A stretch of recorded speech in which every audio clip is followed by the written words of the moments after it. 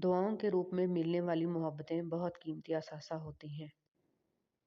हम हर एक को अपने ज़हन के सांचे के मुताबिक जज कर रहे होते हैं, ये जाने बगैर कि कौन किन हालात की चक्की से गुजर कर आ रहा है।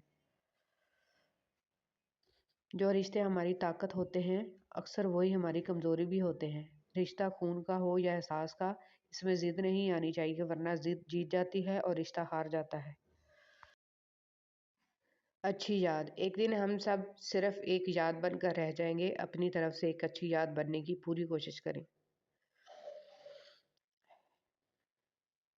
जब ज़िंदगियों में दीन आ जाता है तो इंसान थोड़े पे भी अल्लाह का शुक्रगुजार बन जाता है और अल्लाह इस शख्स के दिल को इत्मीनान और सुकून से भर देता है।